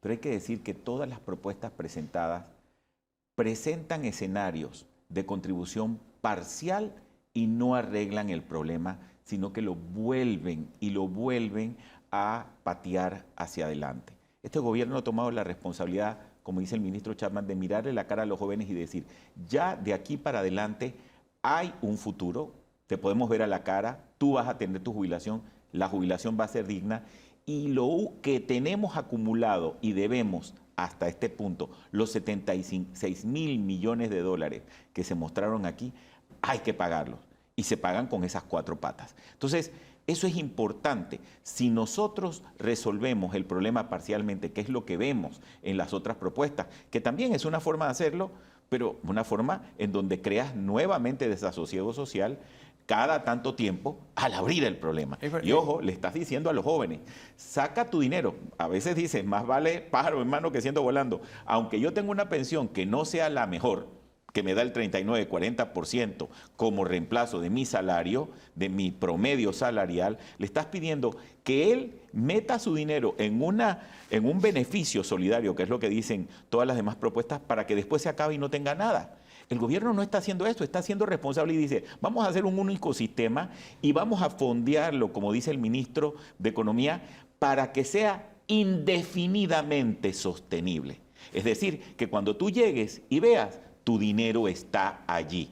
Y como si fuera un préstamo, esos 76 mil millones que debemos, como si fuera la letra de un carro, la vamos a ir pagando poco a poco. ¿Cómo se paga esa letra? Con los 966, el 3% de los empresarios y los 3 años. La única pregunta que sí tengo es jubilación. cómo se va a ver eso, porque hoy en día no se pueden ver las cuentas individuales. Claro, pero no hay un estado tal de cual cuenta. como le decimos a ustedes en la ley, la caja se compromete en 2-3 meses, después de que se apruebe la ley, a tener las cuentas ya disponibles. Eso ya está. El problema es que está en una máquina, que es un mainframe, de esas que ven en las películas de antes, de cintas corriendo, que no es un servidor normal, que no se puede acceder a la información. Y lo primero que hacer es un proceso de transformación de esa data.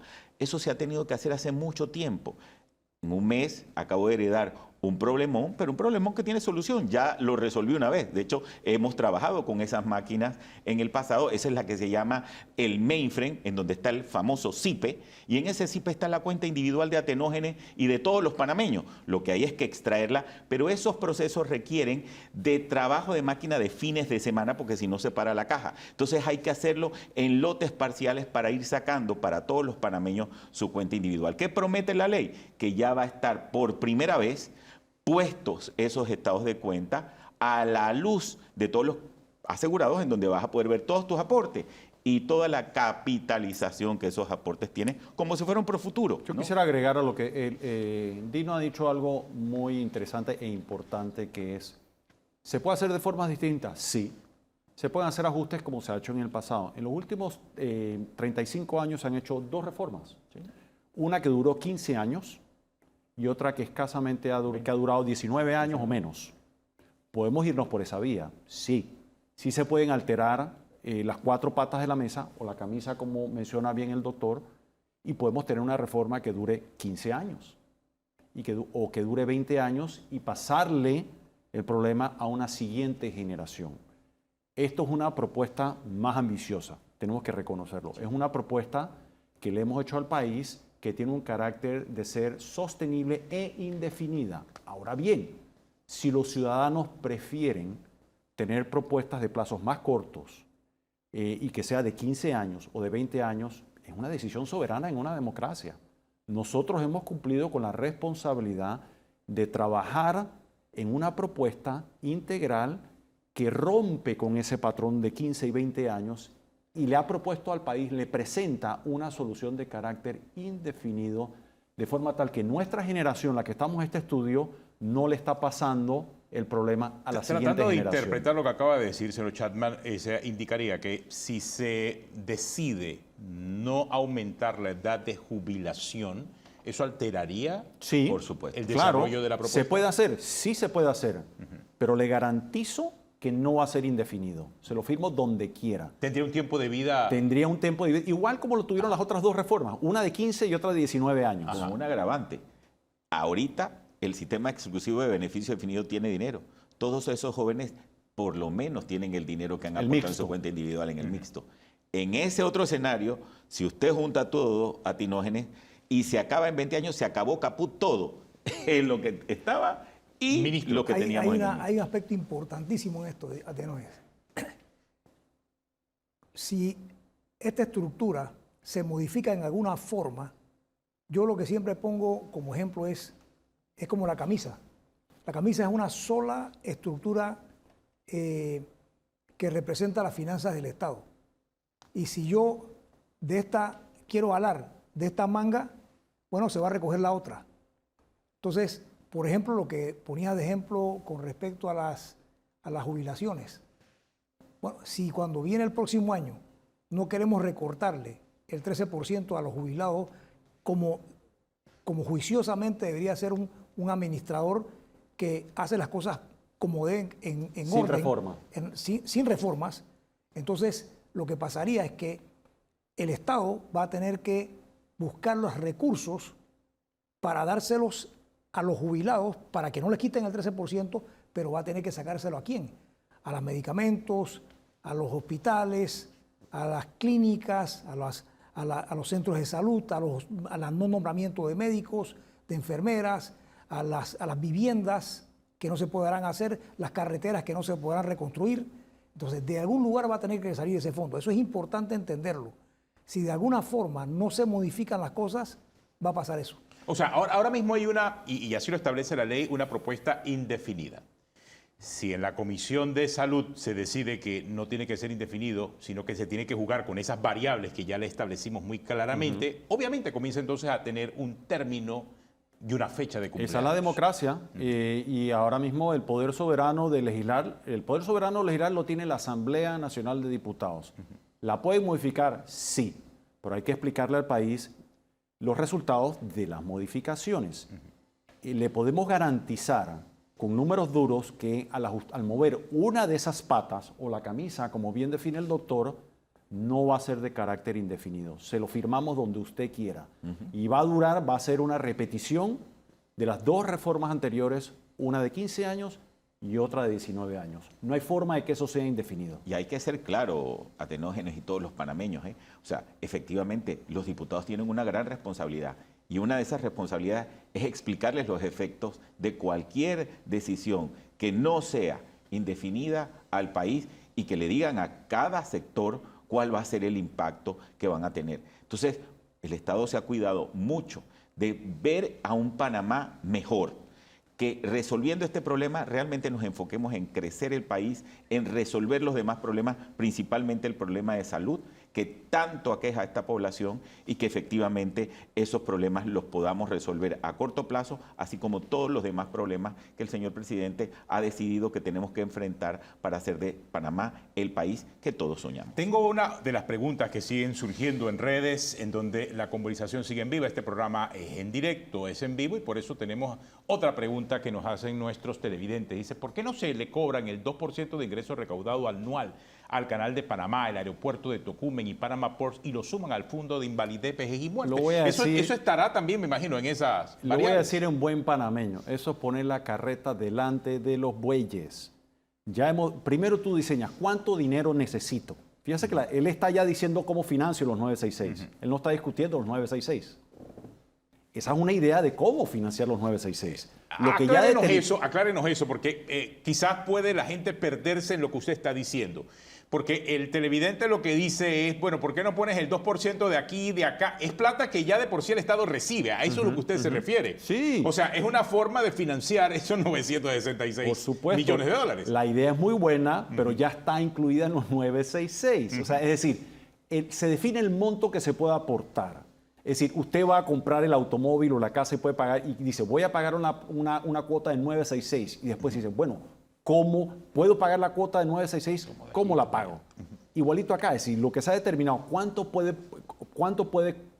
poner el gobierno sin tocar ni un impuesto, ojo, sin tocar ni un impuesto, aportar 966, y de ahí viene entonces lo que inteligentemente está proponiendo el televidente es, bueno, ¿cómo alimentamos esos 966? Viene como medidas como la que ha dicho, y en efecto viene, como muchos han pedido y pidieron en las mesas, que se usen aportes del canal. Efectivamente, hicimos una reforma de una ley en octubre, donde se aumentan los ingresos que recibe el Tesoro Nacional del canal para, en efecto, esos dineros puedan ir de la cuenta del Tesoro Único a financiar o aportar esos 966.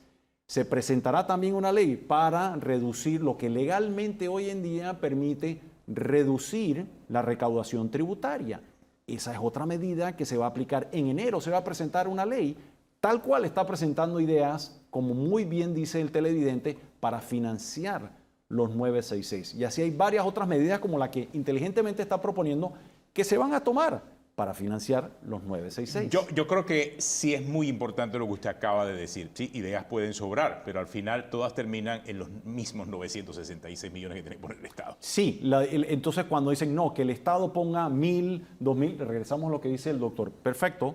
Entonces, ¿de dónde vamos a sacar el dinero? Eso significa que queremos es que hayan menos medicinas, que hayan menos clínicas, que no haya mantenimiento ni reparación en las carreteras, que haya menos escuelas, que se pueda contratar menos maestros y médicos. O sea, el dinero tiene que salir de algún lado. Y esa puede ser una decisión soberana de la Comisión de Salud de la Asamblea. Bueno, ahora, claro, esto no nada es más que hay que informarle a la ciudadanía. Pero esto no es una reforma tributaria. Nadie aquí ha propuesto una reforma tributaria. Han hablado mucho de elementos que realmente son pertinentes a una reforma tributaria, que es algo muy complejo en sí. O sea, mezclar una reforma tributaria con una reforma a las pensiones, yo creo que no van de la mano. No van de la mano. Y no han escuchado a este ministro proponer una reforma tributaria dentro de una reforma de pensiones. Y por lo que yo le estoy escuchando es que llegaríamos al mismo punto. Una reforma tributaria también solamente contribuiría a los mismos 966. Así es. Ahora bien, si dicen, bueno, no queremos 966, sino queremos 1.000, que el Estado ponga 1.500 y no se toquen las otras variables. Indudablemente, dice, ¿cómo lo hago? Sí tendrás que hacer posteriormente una reforma tributaria, como mencionaba en el programa de Hugo. Bueno, hay algunos que dicen, bueno, súbase el ITBMS, en lo cual yo no estoy de acuerdo. Un aumento del ITBMS le pega mucho más duro a los panameños de menores ingresos. Eso es importante decirlo. Le pega, pero mucho más duro. Le pega mucho más duro que a los 4 que estamos aquí sentados. Yo creo que es importante hablar con la verdad. Y decir, y vamos a aumentarle tu impuesto de inmueble, el que tú tienes que pagar sobre tu vivienda. Hombre, eso le pega muy duro a la familia panameña. Es muy fácil decir, súbase a 1.500 y la pregunta es, ¿de dónde van a salir los fondos? Y muchas veces hacen referencia a fondos que ya están gastados. Si ya están gastados esos fondos, es decir, se los voy a quitar al doctor para dárselos a Tenógenes. No es que ya el dinero que tenía el doctor se los tienes que quitar a alguien. Yo creo que es importante decirle, hablarle a la gente con la verdad. Sí, se ha dicho mucho y se decía en las mesas de trabajo, no, si el Estado es rico, puede poner 2.000 millones, 1.780 millones. La pregunta es que la economía es una sola, el dólar tiene 100 centavos y todo como se mide en la economía es justamente en proyectos de inversión. Entonces, la inversión estatal en diferentes sectores no puede ser mermada a menos que así se decida públicamente para de alguna manera contribuir a resolver el problema de la caja. Algo que voy a comentar, que yo tengo 57 años, aunque como dice Dino, de pronto me ha rodado flat y me veo más viejo. De esos, más de 35 años trabajando en la empresa privada. Tengo poco más de 4 meses de ser un empleado público, un funcionario, ser un servidor de usted, el que me está viendo. Yo trabajo para usted, para los ciudadanos. Y muchas de las cosas que me dice la gente cuando uno está en la calle, en los pueblos, es, por favor, haga lo que tenga que hacer para mejorar este país y cuide nuestro dinero. Ese es mi compromiso.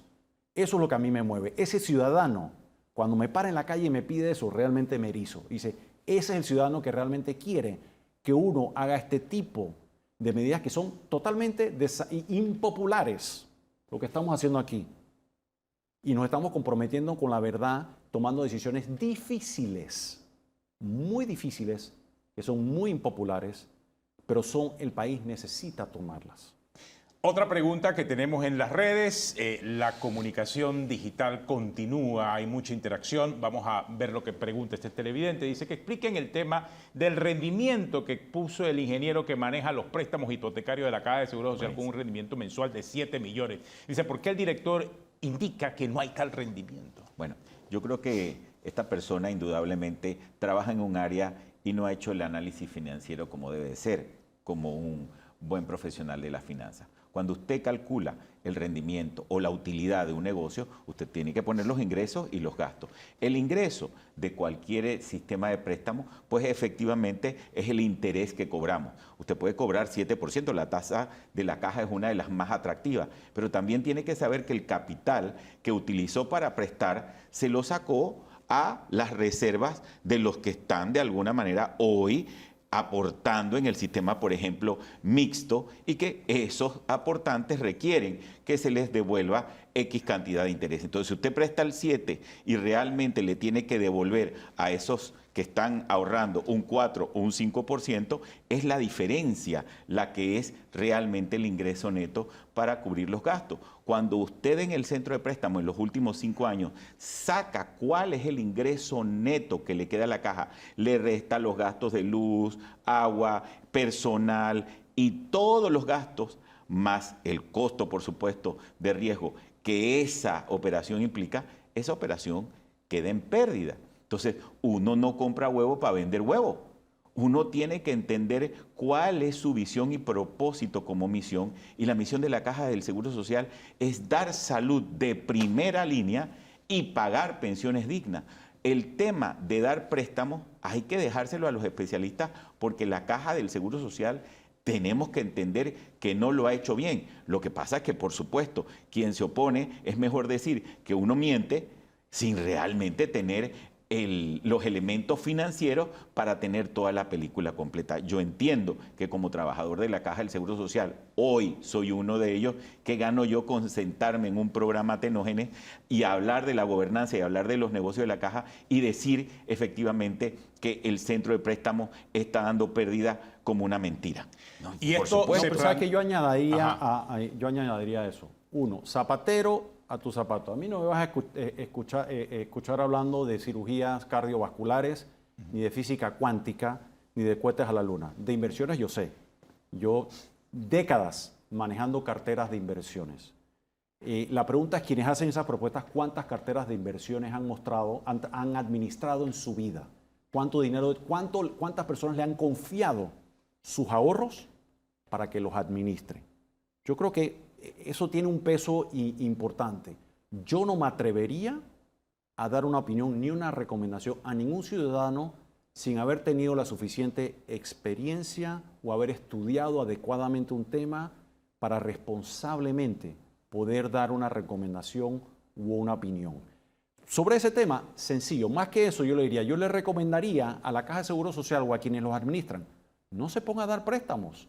cómprele un bono hipotecario a los mejores, cómprele un bono hipotecario al Banco Nacional, que es experto. O a la Caja de Ahorros. O a la Caja de Ahorros, que son expertos dando hipotecas. Y te va a rendir el doble de lo que te rinde hoy en día las inversiones.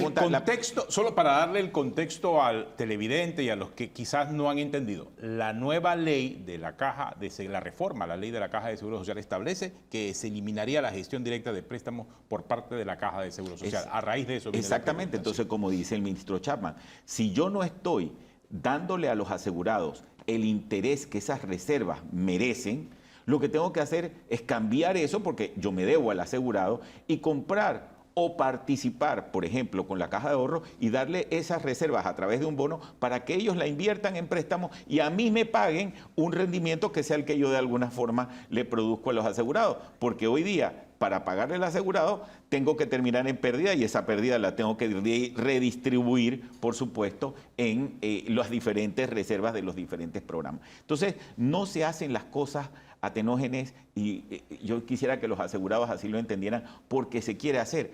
Todo se está analizando. A mí me han pedido en términos muy certeros que me comporte como el mejor padre de familia con las finanzas de la Caja del Seguro Social. Yo tengo 1 mes y 15 días y las cosas que yo me encuentro de verdad son para sorprenderse. De esa cartera de préstamos hay 27 millones de dólares dados a empleados de la propia Caja del Seguro Social con muchas, pero muchas cosas que realmente no cumplen un análisis de crédito real y de verdad hecho con eficiencia. Pero eso es lo de menos, el tema de la morosidad. A mí me sorprende el tema de la morosidad.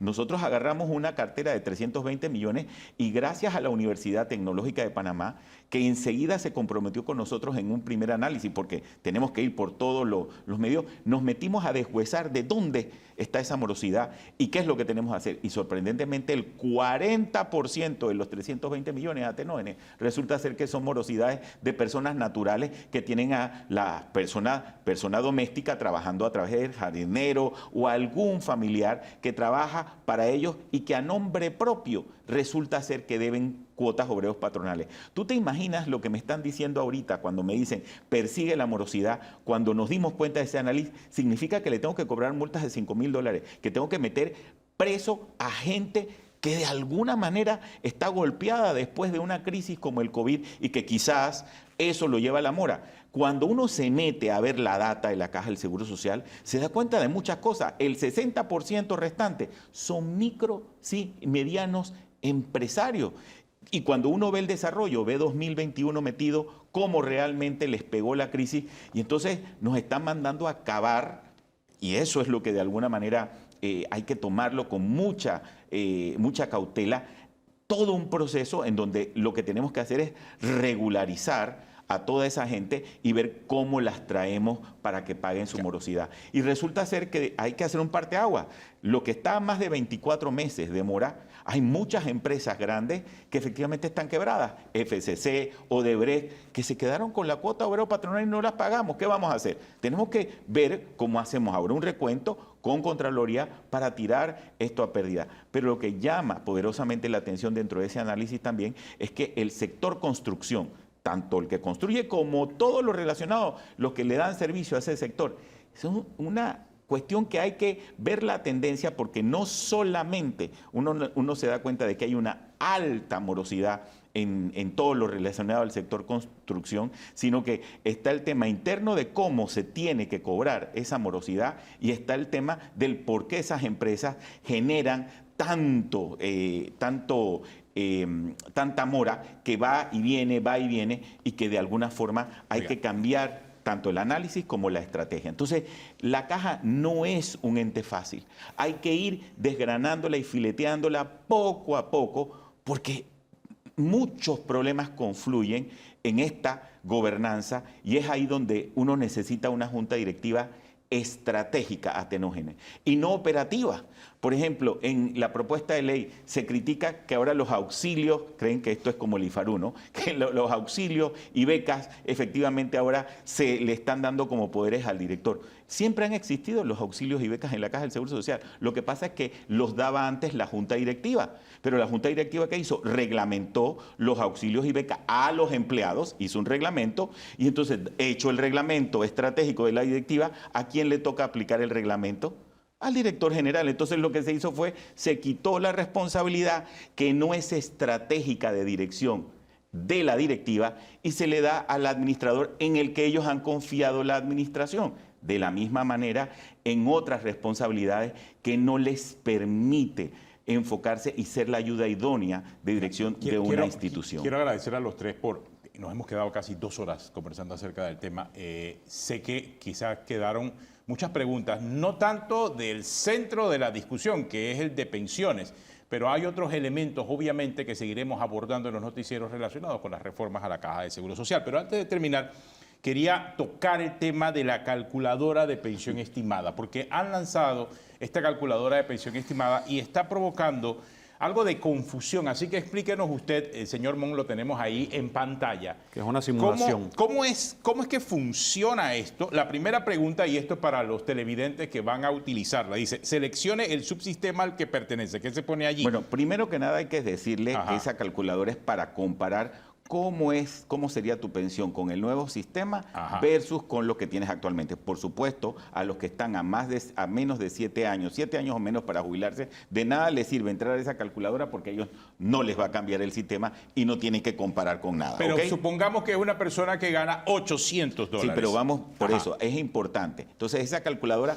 es para los que le faltan más de 7 años para la jubilación. Y entonces usted... Esto que ya les hace, según la reforma de ley, acuérdense que son 7 años. Si usted está a 7 años de jubilarse, pues... como no le cambia nada, así que ¿para qué? ¿Para qué va a entrar en la calculadora? Entonces, segundo, esa calculadora es una simulación. Ahí usted no va a ver su cuenta individual real. Eso lo va a tener en 2, 3 meses más adelante, como ya expliqué. Aquí lo que tiene que usted es dar el salario que gana hoy y lo que hace el sistema. Por ejemplo, voy paso por paso para llenar una y por lo menos que sirva de ejemplo y que para por la ejemplo, gente si usted está en el sistema de beneficio definido, ¿está en el de beneficio definido o en el mixto? Aquí estaría, por ejemplo, esta persona en el mixto desde el 2007. Le ponemos mixto. Mixto. Luego le ponemos que es una mujer femenino que tiene una edad actual, debe estar como en los 45 años más o menos. Vale, ¿no? Perfecto. ¿Cuándo inició labores? Póngalo que lo inició cuando ella tenía 20 años. 20 años, por ejemplo, y se va a jubilar a los 65, me imagino. A los 60 años porque a es los mujer. 60 años porque es mujer, exactamente. Y su salario mensual ha sido de $800. Vamos a poner aquí $800. ¿Qué es lo que gana estamos hoy? llenando. Exacto. Y dele el botón azul de calcular. Y vamos a darle calcular jubilación. Y entonces aquí sí hace una aclaración. Dice, los resultados mostrados son solo proyecciones basadas en datos sugeridos. Estos cálculos no utilizan datos reales y son solo para dar una idea aproximada de la posible pensión. Y aquí entonces dice... Vayas al último cuadro. ¿Y qué dice el último cuadro para resumir? El último cuadro dice... que va a recibir beneficios. Léame los 3 beneficios que tiene allí. Pensión a recibir subsistema mixto, pensión a recibir ahorro pensional y pensión a recibir de la nueva propuesta. Entonces, ¿cuánto de ley? dice que es la pensión del subsistema mixto? Tiene que voltear. ¿Cuánto dice? Aquí dice que serían 547. La del sistema mixto. ¿Y cuánto dice que le va a dar el nuevo sistema, el ahorro pensional? El ahorro pensional, 603,53. Entonces, eso es lo que tiene que ver. Aquí estamos viendo, y aquí voy a tratar de moverlo, voy a tratar de voltear la tableta para que se pueda observar de mejor manera. Y así se ve completamente la distribución. Yo creo que ahora sí podemos observarlo completo para ver el resultado. Dice, esta persona que tenía 40 años, mujer, comenzó a los 20 años, pudiese recibir con ese salario de $800 una pensión en el subsistema mixto del 59.35% de su promedio salarial de los mejores años. Eso es en el subsistema mixto. ¿Y cuánto equivale en dinero? Es mejor hablar en dinero. 603,53. No, en el subsistema mixto. En el 547,43. Con eso ya se jubilaría. Hoy, sin el cambio de la ley. ¿Y con el cambio de la ley? Con el cambio de la ley, es decir, al recibir un ahorro pensional con 603,53. Entonces, ¿mejoró su pensión o claro, no? Claro que sí. Bueno, eso es lo que tiene que hacer todo según panameño. 6-7% aproximadamente. Ahora, claro, va a haber panameños que esa calculadora no les sirven porque, por ejemplo, dejaron de trabajar en ciertos intervalos. Esa calculadora supone que usted está constantemente trabajando. Vendrá una versión 2. Lo que pasa es que, fíjese, parece que es fácil, pero en la medida en que uno quiera sofisticar las cosas y ahora que cada persona pueda poner, yo trabajé del año tal al año tal, pero del año tal al año tal no trabajé, en un teléfono se vuelve más complicada. Claro. De repente, esa versión 2 la sacaremos en 2 semanas, buscando que también sea fácil su uso, para que aquellas personas que quieren tener una mejor estimación cuando han tenido procesos en donde no han estado trabajando puedan correr sus escenarios. Sí, porque aquí lo que en este momento se calcula es de manera lineal, obviamente. Exacto, como si usted nunca ha trabajara dejado todo el de tiempo. trabajar. Exactamente. ¿no? Claro. ¿no? Bueno, pero entonces una próxima versión permitirá entonces una mejor aclaración. Pero lo de este importante tema. de esto es que le va a dar siempre, usted pertenece al beneficio definido, le va a decir cómo era su pensión en el beneficio definido, en el sistema solidario y cuál es la pensión que recibe hoy. Y va a ver que los cálculos siempre son, en la mayoría de los casos, si no es que en el 100% yo creo que ese es el más mensaje favorable. que están tratando de transmitir. Bueno, muchas gracias por acompañarnos esta noche, al ministro de Salud, Fernando Boy Galindo. También nos acompañó el ministro de Economía y Finanzas, Felipe Chatman, y el director de la Caja de Seguro Social, Dino Monde. Hemos tratado